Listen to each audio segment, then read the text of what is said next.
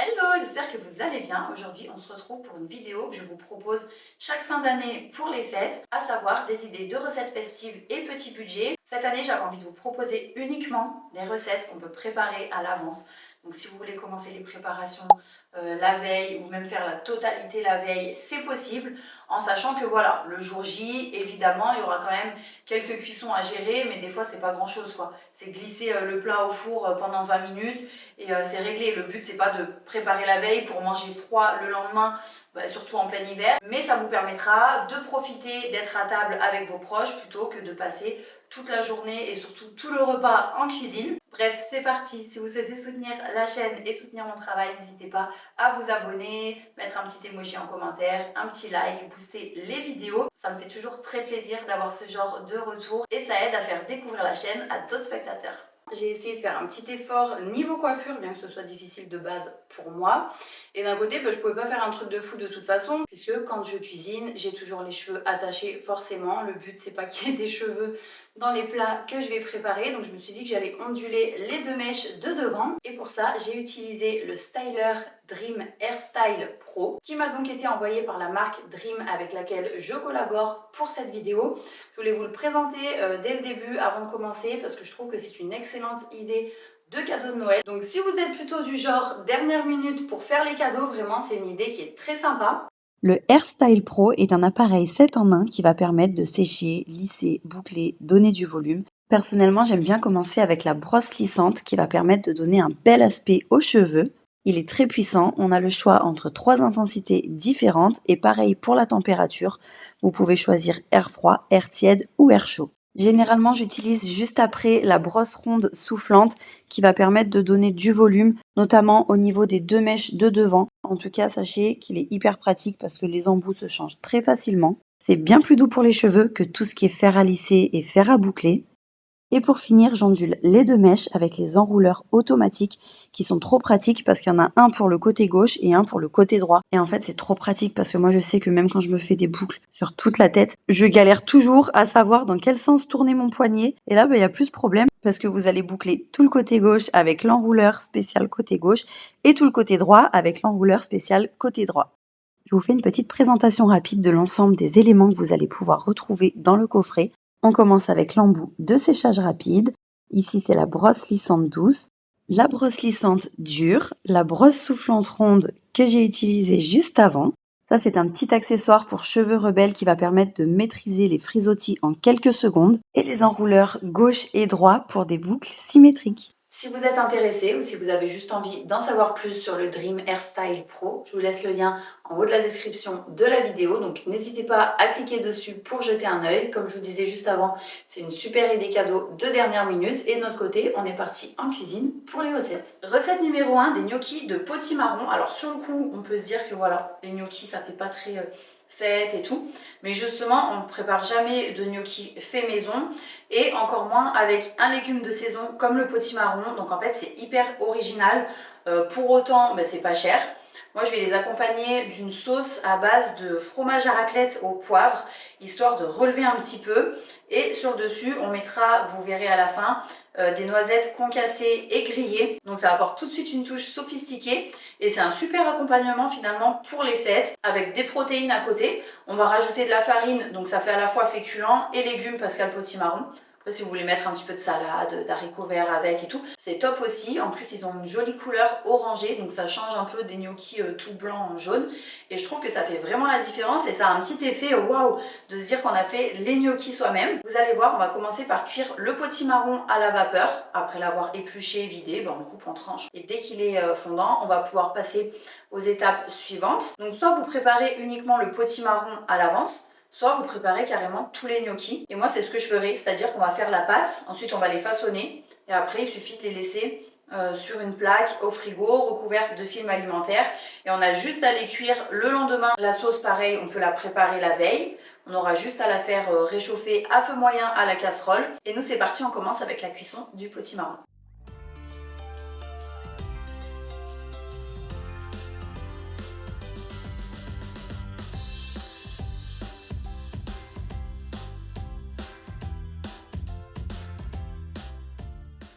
Ça y est, le potimarron est cuit.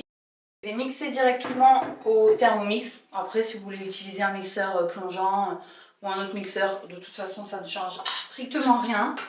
Mais il faut quand même que ce soit un peu lisse, vous voyez la texture. Tout en mixant, j'ajoute un jaune d'œuf.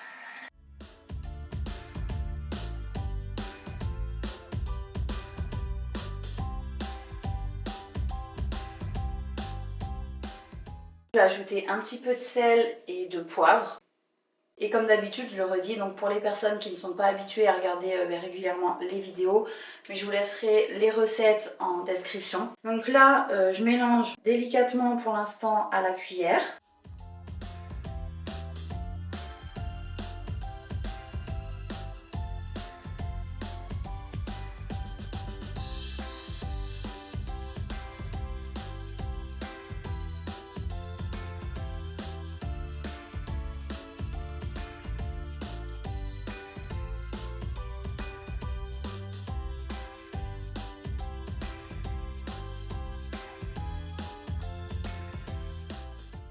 Maintenant, on va préparer les noisettes concassées. Je vais mettre les noisettes sur une petite planche. Je vais concasser grossièrement avec mon couteau.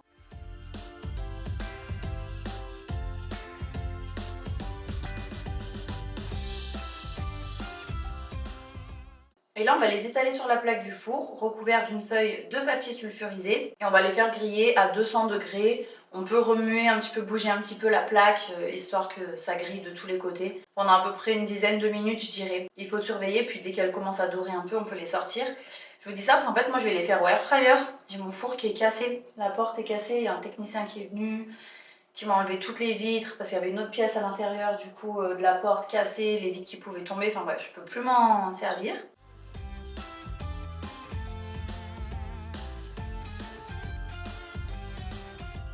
Allez, c'est parti pour la sauce. Dans une petite casserole, on va faire revenir l'équivalent d'une cuillère à café de beurre. Enfin, on va faire fondre plutôt l'équivalent d'une cuillère à café de beurre.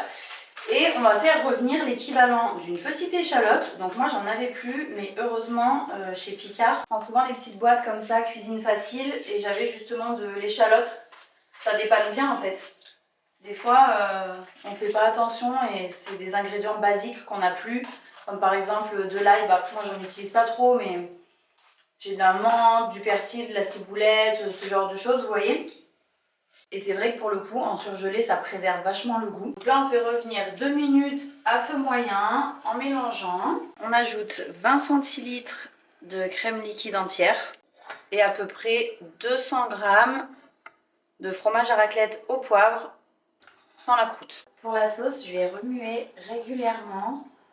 Il faut mettre à feu doux en fait, histoire de faire fondre le fromage à raclette. Pendant ce temps, je porte à ébullition une grande casserole d'eau bouillante pour y faire cuire les gnocchis. Vous voyez la sauce, limite, il faut même pas que ça bouillonne. Même juste de petits bouillons, il faut vraiment faire fondre. Parce qu'après, ça risque de faire évaporer trop d'humidité là. Et elle va être trop épaisse. Si vraiment elle est devenue un peu trop épaisse, vous pouvez rajouter à la fin un petit peu de crème liquide. D'ailleurs, je vais ajouter un tout petit filet là de crème liquide. Et pour les gnocchis, dès qu'ils remontent à la surface, je laisse encore à peu près 2 minutes et j'égoutte. D'ailleurs, vous pouvez aussi les faire cuire dans un bouillon de légumes, histoire de rajouter encore du goût, sachant que bon, il y aura déjà du goût grâce à la sauce. Mais ça peut être pas mal pour une petite touche de saveur en plus.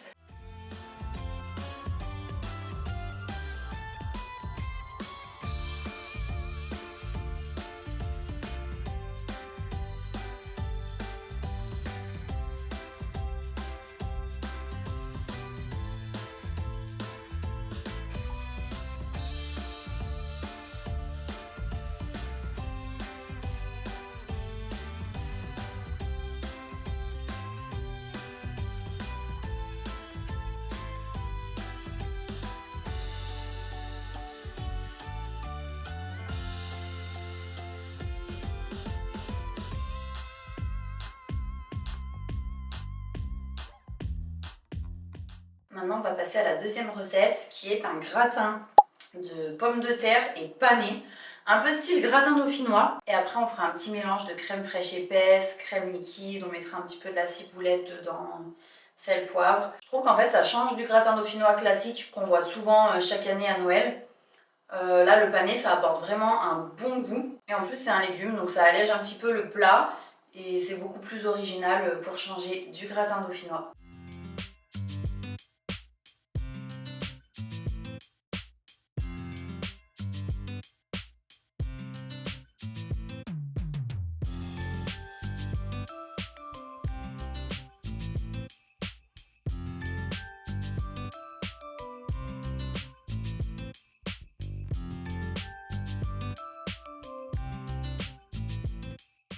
Du coup, ce que je fais pour l'oignon, c'est que je le fais revenir vraiment à feu doux et je couvre avec le couvercle en remuant de temps en temps parce que le but c'est qu'il soit bien fondant. Et une fois qu'il sera bien fondant, on va ajouter nos pommes de terre épluchées et en rondelles et notre panais épluché et en rondelles aussi. Donc les quantités, je vous les mettrai en description. Une fois que j'aurai ajouté le reste, je mélange et là je vais donc ajouter à nouveau crème liquide, crème épaisse.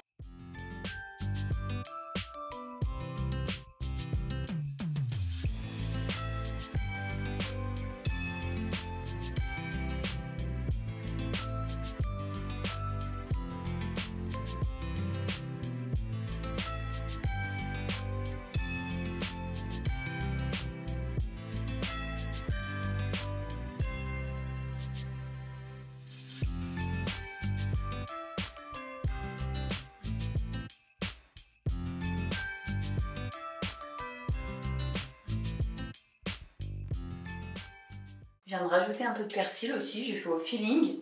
Et je trouve que ciboulette de persil, ça va bien ensemble. Donc là, je couvre et je vais attendre qu'il y ait les premiers bouillons qui apparaissent. Donc en gros, il faut faire cuire après pour que les bouillons soient quand même pas trop, enfin que ce soit pas trop fort.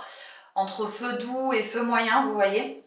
Et moi, ce que je fais, c'est que je laisse le couvercle légèrement décalé, juste pour que ça fasse des petits bouillons, que ça garde bien la chaleur.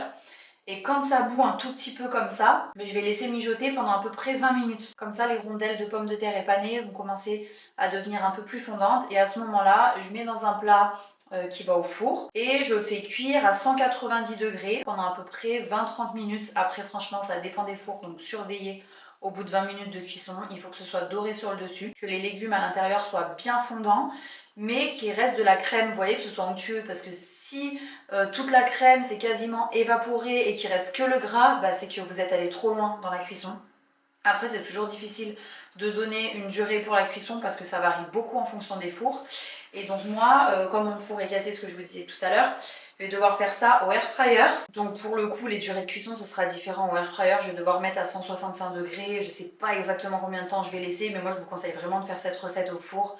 Là, c'est juste que j'ai pas le choix, en sachant que cet après-midi, d'ailleurs cet après-midi, il y aura du soleil.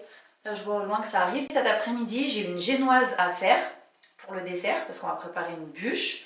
Donc il faudra que j'aille la faire cuire dans le four de ma mère. Heureusement, elle habite pas très loin. Mais voilà, toutes les indications que je vais vous donner oralement et en description, ce sera pour faire cuire directement dans un four classique.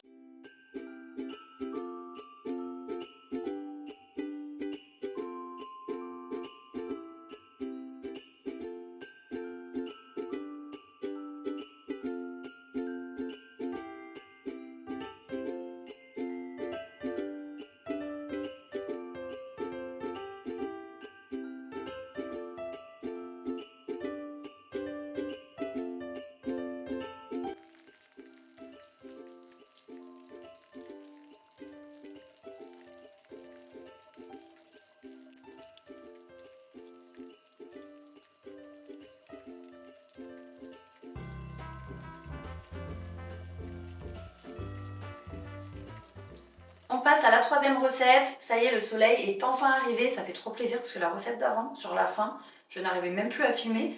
Tellement avec la pluie, il faisait sombre. Donc là, c'est trop bien. Franchement, condition idéale pour continuer de préparer tout ça et vous montrer correctement.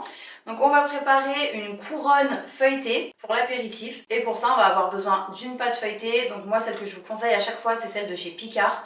Parce qu'ils mettent vraiment juste de l'eau, de la farine, du sel et du beurre. Il n'y a pas de... Enfin, tout ce qui est, vous savez, conservateur, alcool et compagnie, comme les pâtes feuilletées qu'on peut trouver au rayon frais des magasins. Donc moi j'utilise une pâte feuilletée Picard, on va l'étaler sur notre plaque et après je vais vous montrer ce qu'il faut faire pour en faire une jolie couronne. À l'intérieur, je vais étaler une petite tartinade que je vais vous montrer tout de suite d'ailleurs. Donc c'est une sauce avec tomates, poivrons, aubergines. Vous pouvez étaler du pesto, une tartinade de tomates séchées. Ah, ça sent trop bon.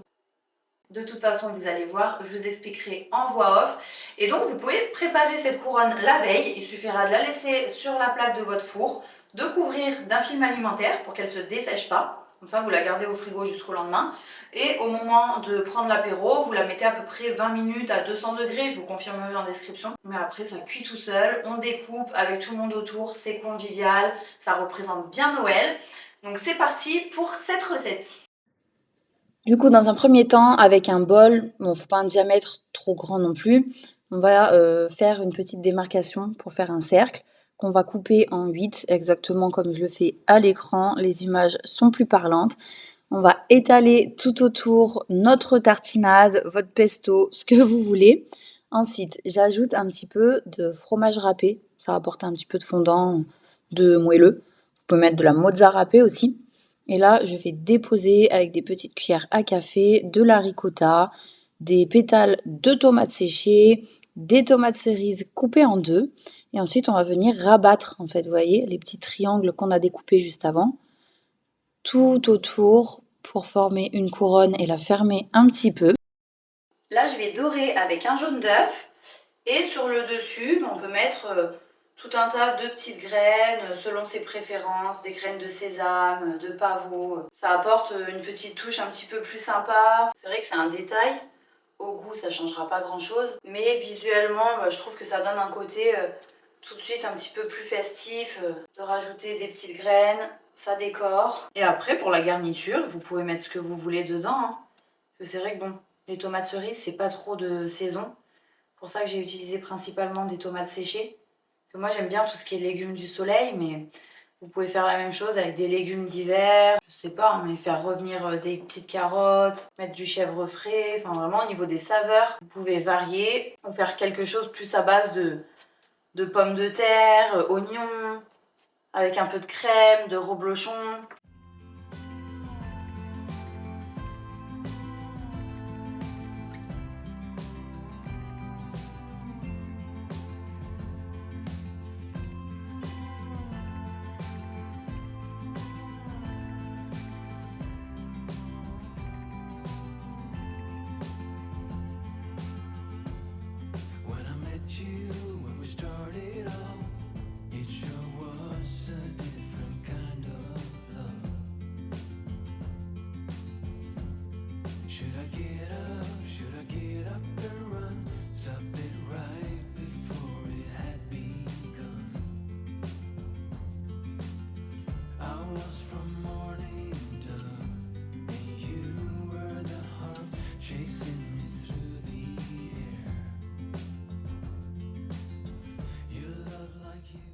Je reprends quelques jours après, parce que la dernière fois, j'ai pas eu le temps de vous filmer les 5 recettes sur la journée.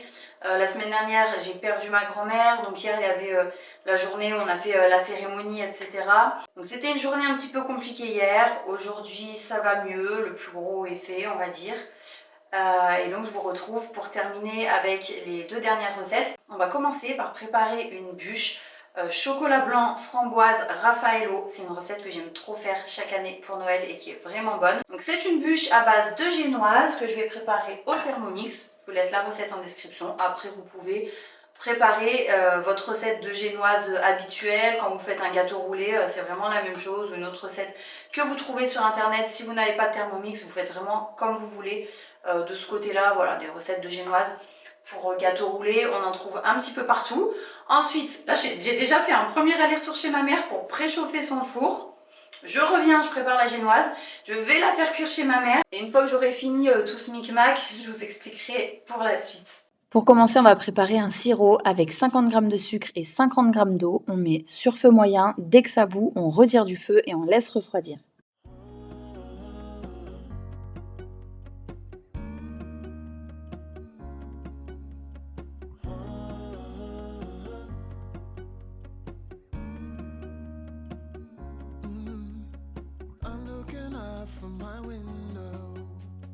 Sun's coming up like the day before. You're like a stone on my pillow. I don't make a sound when I shut the... Pendant la cuisson de la génoise, on va préparer une ganache chocolat blanc. On a besoin de chocolat blanc qu'on va mettre dans un bol et on va venir verser de la crème liquide bouillante dessus. Je vous explique en description parce qu'en fait j'ai eu un petit souci avec ma caméra et j'ai pas pu vous filmer l'étape de la crème. Maintenant, ce que je vais faire, c'est que je vais couper des Raffaello. Franchement, en quantité selon les goûts. Je vais compter combien j'en mets pour vous dire. Là, en tout cas, j'ai pris la boîte petit format. Et j'en conserve toujours, là, pour la taille de la bûche, je vais en conserver à peu près 3-4 pour la déco, pour poser sur le dessus après. Je vais les hacher grossièrement à l'aide d'un couteau. Et en plus, j'aime bien parce que je trouve que c'est trop bien pour Noël parce que ça ressemble vraiment à des petites boules de neige.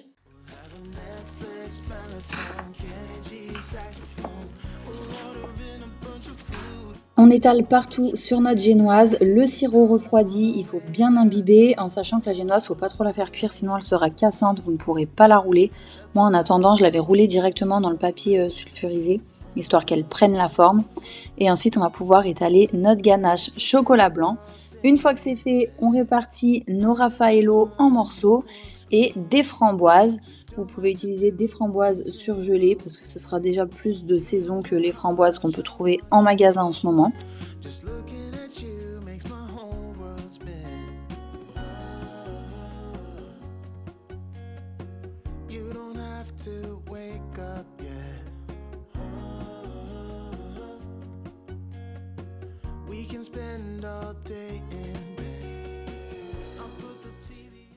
Voilà, j'ai roulé la bûche, je vais la mettre au frigo telle quelle pour que ça fige un petit peu à l'intérieur. Pendant ce temps, on va préparer une purée de patates douces au marron. Et tout à la fin, on va préparer une crème fouettée, crème fouettée chantilly en fait. Mais moi en tout cas, ouais, je vais peut-être très peu la sucrer, voire pas du tout parce que je trouve que ce que j'ai mis à l'intérieur c'est déjà sucré. Après les framboises, ça apporte un petit peu d'acidité quand même. Mais je pense que ouais, on va faire une crème fouettée et je vais peut-être mettre 10-20 grammes de sucre histoire de. Et on va recouvrir la bûche avec ça et après on décorera avec les Raffaello restants, sachant qu'il m'en reste, il m'en reste 5 et au final j'en ai rajouté 3, donc il y en a 13 dedans. Donc je mets ça au frigo et on passe à la suite. Pour commencer, la purée patate douce châtaigne, parce que j'ai dit marron, mais les marrons, si on est bien d'accord, ça se mange pas, c'est des châtaignes. Donc là je vais faire revenir 10 g de beurre dans une petite casserole et je vais ajouter l'équivalent d'une échalote finement ciselée, hachée. Donc là je vais utiliser celle que j'ai au congélateur parce que je n'ai toujours pas acheté d'échalote, j'avais juste pas pensé. Donc je la fais revenir à peu près, je sais pas moi, 3 minutes à feu doux histoire qu'elle dore un petit peu.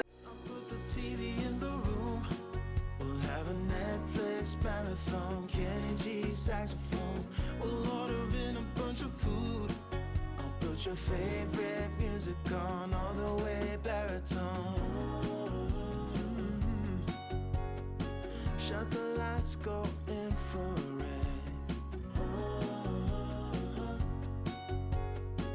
We can spend all day in bed.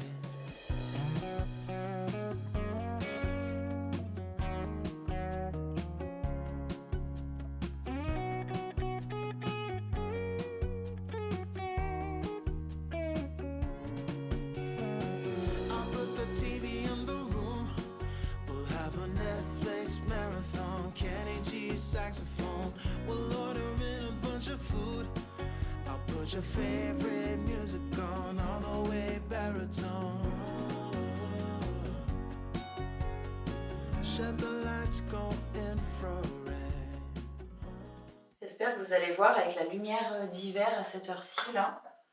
Des fois on voit pas très bien. Donc là je vais mixer les patates douces et les châtaignes avec la petite crème qu'on a préparée au début. J'ajoute une cuillère à café de sirop d'érable, sel, poivre, un petit peu de noix de muscade, 20 g de beurre. Et là je vais mixer. Une fois de plus, pas besoin d'avoir un Thermomix. On peut mixer avec un mixeur classique, un mixeur plongeant, peu importe. Soit vous mixez beaucoup pour avoir une texture bien lisse, soit un petit peu plus grossièrement pour garder quelques morceaux de châtaigne. C'est vraiment selon les goûts. Si c'est trop épais, on peut rajouter un petit filet de crème. Couple hours from Japan, would you stay awake? I'm losing touch of who I am when you're far away. And I feel like I'm running in circles around you. And I know I've been acting strange for a while. On termine avec la bûche, on va fouetter 20 centilitres de crème liquide entière, très important, et bien froide, très important aussi. Dans un saladier, vous pouvez, si vous le souhaitez, ajouter l'équivalent d'une cuillère à soupe de sucre glace, tamisé. Moi, j'ai rien mis, je l'ai laissé nature. Franchement, c'était nickel. J'avais pas envie de la sucrer en fait, la crème. Et après, on va la déposer partout sur notre bûche. Donc moi, je lisse avec une spatule. Je trouve que c'est ce qu'il y a de plus pratique. Et après, vous faites la décoration que vous voulez. Donc moi, je mets des petits raffaello entiers, d'autres un petit peu concassés. Vous pouvez mettre des brisures de meringue, des copeaux de chocolat blanc, de la noix de coco un peu râpée aussi sur le dessus ou des copeaux de noix de coco. Vraiment, c'est selon les goûts. Et voilà, c'est prêt. J'espère en tout cas que cette vidéo vous aura plu, vous aura donné des idées pour vos repas de fête. Et on se retrouve la semaine prochaine, exceptionnellement dès samedi. Vous aurez la vidéo 24 heures en avance, donc samedi prochain 14 h. Et en attendant, je vous fais de gros bisous.